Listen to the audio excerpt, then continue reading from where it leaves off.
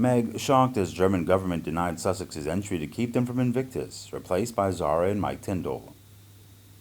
Meg roars as Zara and Mike Tindall replaced Sussexes in Invictus closing ceremony after German government denied their entry. Harry and Meghan, one of the most toxic brands in the world, from the entertainment world to the masses and especially the royal family, it was recently reported that veterans wanted Tindall to join the show, so the organizers asked Tindall to be the co-host of the Invictus Games. Even the German government denied both Harry and Meghan entry into Germany, which would certainly keep them away from the Invictus Games. The source confirmed that Zara and Mike were contacted by Invictus back in April, and Invictus Games fandom commented on Twitter, "Mike must be excellent for this. I will vote for him and Zara. Both are athletes in their own right. Yes, I know they don't serve, but they are members of the royal family, respected and loved. Mike would be a great representative. Zara would be a great co-host. Mike and Zara would be perfect. Unfortunately, everyone cannot boycott this year's Invictus Games, and instead, these athletes will be invited to participate in the Warrior Games to demonstrate their solidarity for service." Many of these veterans would have served alongside other nations' veterans, and having a building of worldwide support system for all veterans and service members would be great in theory. If these games are held within 12 months of the Paralympics at the same location, then all the infrastructure will be in place. There will be access to the rooms, bathrooms, etc. to accommodate different levels of disability.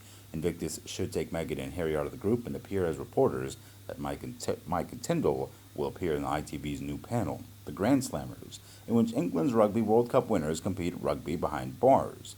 Mike and Zara would be great representatives for Invictus. Harry and Meghan should not be represented on the basis of their vile behavior or even Harry's addiction.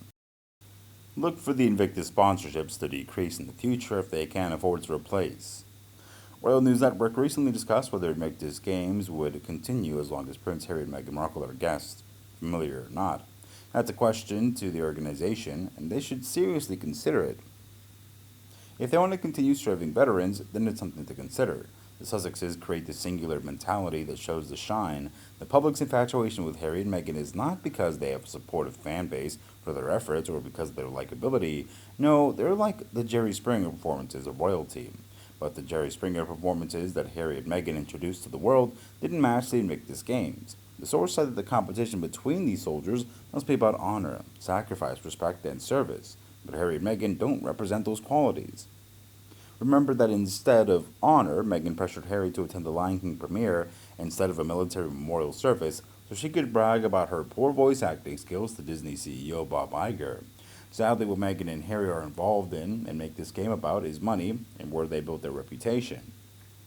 What else can Harry and Meghan offer to the Invictus Games? Nothing. Look how many dislikes the Invictus trailer got, just for them. It's fueled by the contempt people have for Harry and Meghan, and that only. It's a shame because veterans deserve so much better.